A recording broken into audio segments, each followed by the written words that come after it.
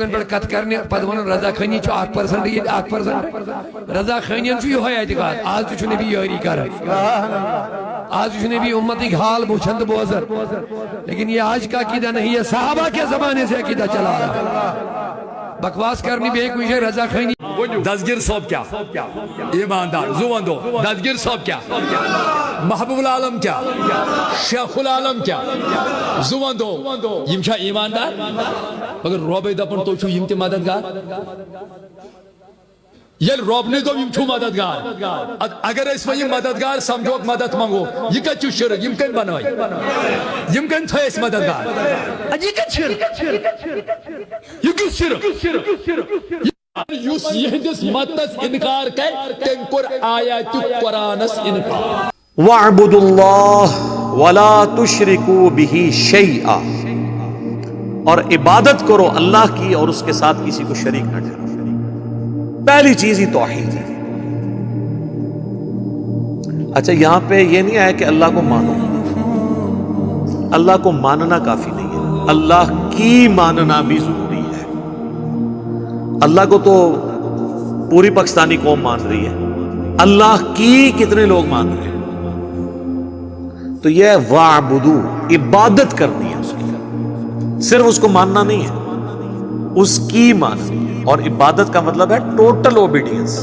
اب عبادت کے اندر جو دو بنیادی چیزیں جو ہم ہر نماز میں اقرار کرتے ہیں ایاک نعبد و ایاک نستعین اللہ عبادت بھی تیری کریں گے اور عبادت کی اعلیٰ ترین شکل و ایاک نستعین دعا مدد وہ بھی تجھی سے مانگیں گے اور کسی سے دعا نہیں کریں گے اب عبادت کی کیٹیگری میں جتنی بھی چیزیں فال کریں گی نماز روزہ حج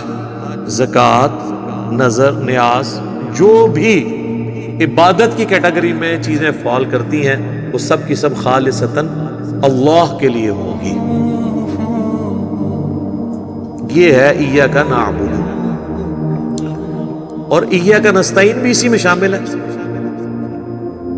جامعہ ترمذی میں حدیث ہے الدعاء هو العبادہ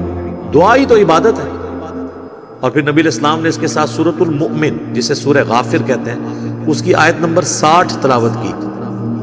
وقال ربکم ادعونی استجب لکم اے میرے بندو اور تمہارے رب نے فرمایا کہ اے میرے بندو مجھ سے مانگو میں تمہاری دعا قبول کروں گا بے شک جو میری عبادت سے تکبر کرتے ہیں بات دعا کی ہوئی اور ذکر آیا عبادت سے تکبر کرتے ہیں یعنی جو دعا مانگنے سے کتراتے ہیں میں انہیں ذلیل و خوار کر کے جہنم میں داخل کروں گا اللہم اجرنا من النار آمین تو نبی علیہ السلام نے اپنی بات کی دلیل میں آیت پڑھی قرآن کہ دعا ہی تو عبادت ہے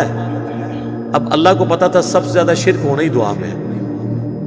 دیکھ لیں جو اللہ کی نماز بھی پڑھ رہے ہیں نا نماز کے بعد وہ بھی کہہ رہے ہیں المدد یا غوث اعظم ان کو یہ نہیں پتا کہ یہ شیخ عبد القادر جیلانی کی عبادت ہو رہی ہے وہ کہے گا نہیں جی میں عبادت تو اللہ کی کرتا ہوں تو ان کو بتانا ہے کہ ایاک نعبد کے ساتھ ایاک نستعین کو اللہ نے اسی لیے الگ کر کے بیان کیا تھا کہ یہ چھپ جانا تھا بیچ میں جب اپنے لوگوں کو کہنا تھا نا عبادت میں مدد مانگنا بھی شامل ہے انہوں نے کہنا سی ایدے کو نہیں لیا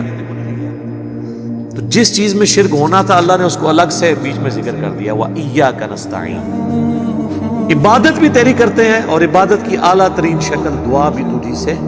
مانگتے ہیں کہتے نہیں وہ ٹھیک ہے یہ تو ہے تجھی سے مانگتے ہیں یہ تو نہیں ہے کہ کسی اور سے نہیں مانگتے ہاں ہم کہتے ہیں سر یہ بھی ہے قرآن اگر آپ نے پارہ نمبر 20 پڑھا ہوتا نا تو اپنا ہی ترجمہ پڑھ لیتے پارہ نمبر 20 کے پہلے صفحے پہ یہ لکھا ہوا ہے آیت نمبر 62 سورۃ النمل کی امن یجیب المضطر اذا دعا بھلا بتاؤ تو کون ہے جو مصیبت میں گھرے ہوئے شخص کی دعا کو قبول کرتا ہے وَيَكْشِفُ السُّوءَ اور اس سے اس کی تکلیف کو دور کر دیتا ہے وَيَجْعَلُكُمْ خُلَفَاءَ الْأَرْضِ اور مرنے کے بعد تمہیں خلیفہ کرتا ہے زمین پہ تمہارے ماں باپ مرتے ہیں تو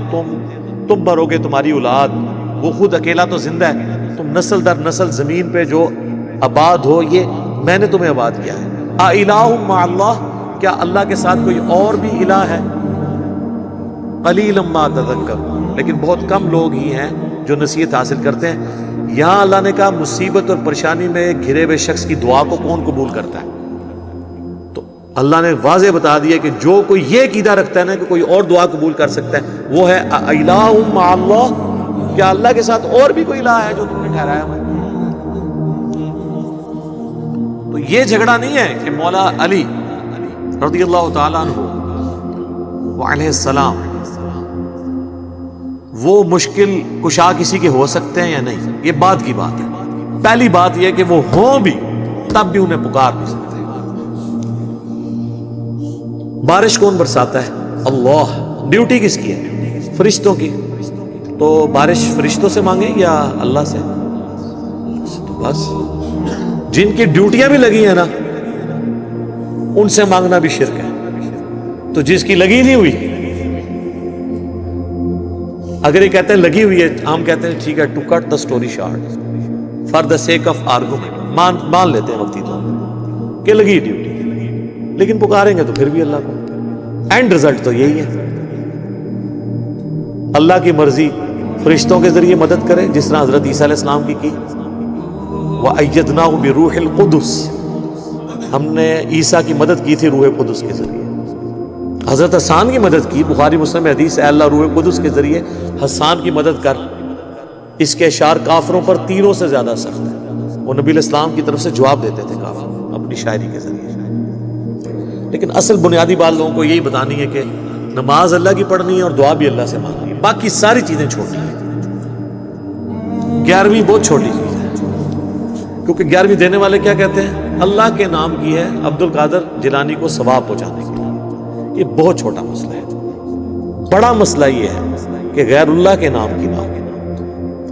میت کی طرف سے کوئی صدقہ اور خیرات کر سکتا ہے، اس کے اوپر کوئی اختلاف رائے ہو سکتا ہے، لیکن یہ شرک کے لیول کی چیز نہیں ہے۔ لیکن اگر کوئی کہے کہ میں صدقہ اور خیرات کروں اور عبد القادر جیلانی میری مدد کریں گے، یا میں داتا دربار پہ دودھ 11ویں کے اوپر چڑھاؤں گا تو میری بھینسیں جو ہیں وہ دودھ دینا بند نہیں کریں گی، تو اب یہ سیدھا سیدھا شرک ہو جائے گا، کیونکہ عقیدہ آپ نے غلط جوڑ دیا۔ یہ آسٹریلین گائے جو ہے وہ کس مزار پہ جاتی ہے؟ کوئی اجمیری، کوئی بغدادی، کوئی لاہوری گائے بھی ہے جڑی دودھ دیندی ہے، جو آسٹریلین گاہ دیندی ہے، تو آسٹریلیا سب تو بڑا بزرگ ہو گیا۔ یہ دنیا بقدر ایفرٹ ہے، جس نے کوئی ایفرٹ پٹ کی ہے وہ دنیا میں لیس للانسان الا ما سعی، جو کوشش کرے گا۔ یہ اللہ کی گائے ہیں، اللہ کی بھینسیں ہیں،